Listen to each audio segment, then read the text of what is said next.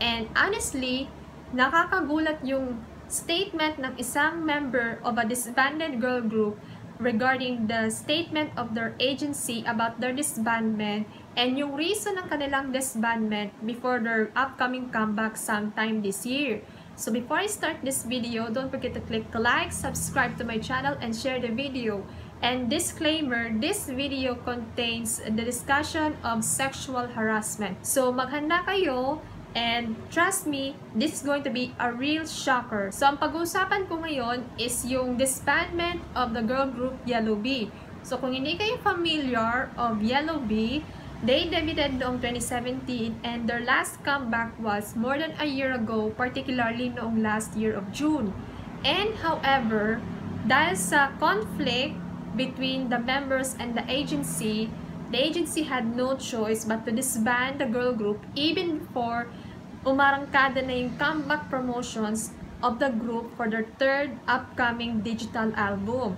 So, eto yung statement ng agency ng Yellow B, which is Addiction Entertainment, regarding the disbandment and yung reason of the girl group's disbandment. Yellow B, who debuted in 2017, was preparing for their third digital album DVD after a change in the member lineup.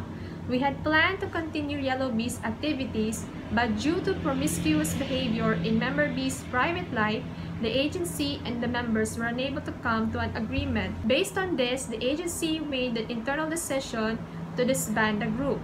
We are deeply sorry to the fans who were waiting for the album. However, one of the members of Yellow B, Ari, posted a lengthy caption on her IG account, and medyo mahaba-haba siya, pero like I said dun sa intro ko, it contains discussion about sexual harassment. So, eto yung sabi dun sa translated caption of Ari's post dun sa kanyang IG account. Hello, this is Ari. I ask for your understanding even if the statement is somewhat disorganized. I believe that since this issue has gotten bigger, I need to explain myself. We are not a group that is famous enough to call for explanations. But the articles about us now are showing more interest in us than there was when we debuted. This kind of overwhelming interest confused us and spread the stories even more. The agency had stated that one of our members was promiscuous. I don't know what the agency means by the word promiscuous. Is it promiscuous if a man and a woman just stand together outside? Are all people promiscuous? It is absolutely not true that she was promiscuous. This is something the agency exaggerated. That member was not the one to engage in promiscuous behavior. In fact, it would not be wrong to say that it was the agency who engaged in such behavior. There were incidents of sexual harassment and sexual assault from the managers and agency staff. A staff member tried to drag one of the members to the practice room to sleep with her. Lots of people were present at the time, but only the other members stopped him from dragging her off. There were also instances where they asked us to call them oppa or touch our thighs.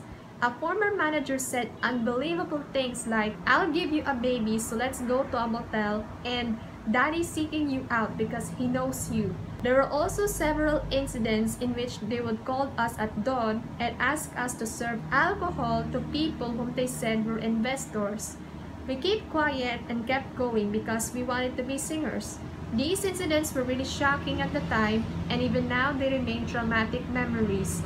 Furthermore, we were never paid, and there were times when we had to pay for costumes, shoes, and video editing ourselves.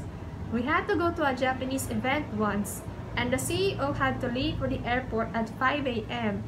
But he said that he was the only one who could take us there, so he took us to the Gimpo airport at 5 a.m. and gave us a card and told us to figure out our plane tickets by ourselves. He then left us alone. We had never even bought plane tickets on our own before.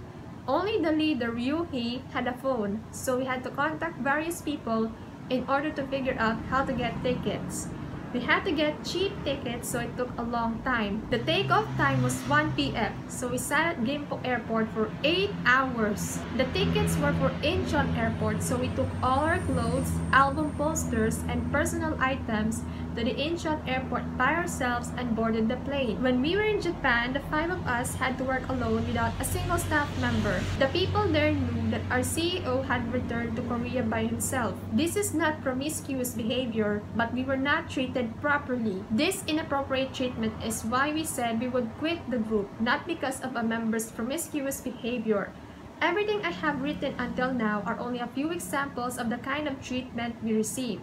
From the very start, we were at odds with the agency because of what they called our promiscuous behavior. However, we ignored that and worked hard in order to achieve our debut. So it's ridiculous that they would use that as an excuse for our disbandment. This was included in the certification of contents that we sent to the agency. The agency is making us look bad and we don't know how to respond. So I've appointed myself our representative to write this.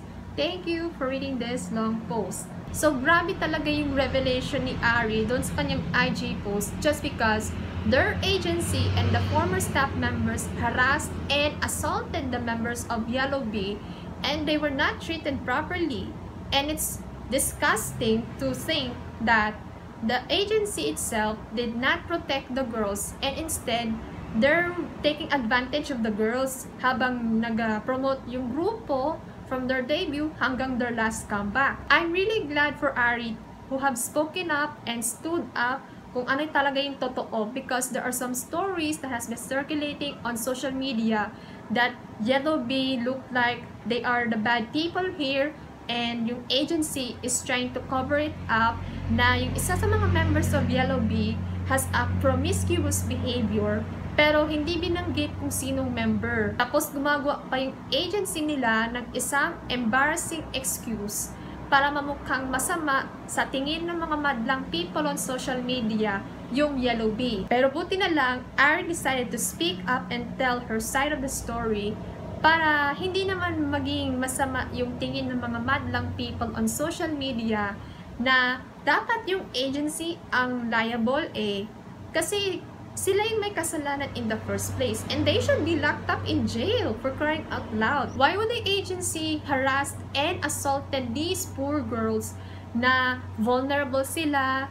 Tapos yung agency nila, they're taking advantage of these poor girls habang nagpo-promote yung grupo. Tapos ginawa pang fake news yung sinasabi ng agency na hindi kaaya-aya yung ginawa ng isa sa mga members of Yellow Bee where in fact, hindi naman totoo. I mean, wala naman binanggit na members of Yellow Bee in the first place, sila pala mismo yung may kasalanan And like I said, they should be locked up in jail. And these poor girls need justice. They deserve to have justice. Kaya ito yung reason kung bakit nag-trend yung hashtag Justice for Yellow Bee on Twitter noong August 1. I know that Yellow Bee is not really popular kasi galing sila sa isang small company, but please people, please do trend the hashtag Justice for Yellow Bee because these poor girls deserve justice and they need it so badly para may pakulong yung agency mismo and yung staff members na gumawa ng malalaswang bagay towards the girls. So I hope that one day justice will be served to the former members of Yellow Bee. So I know that this video is a bit short, I think, pero mamayang gabi I will record another video and this time it's an MV reaction video of me reacting to Idol's Dumdy Dumdy MV. And I will upload it tomorrow pagkatapos ko ng work. Okay? So that's it for this video. Thank you so much and I'll see you guys tomorrow. Bye!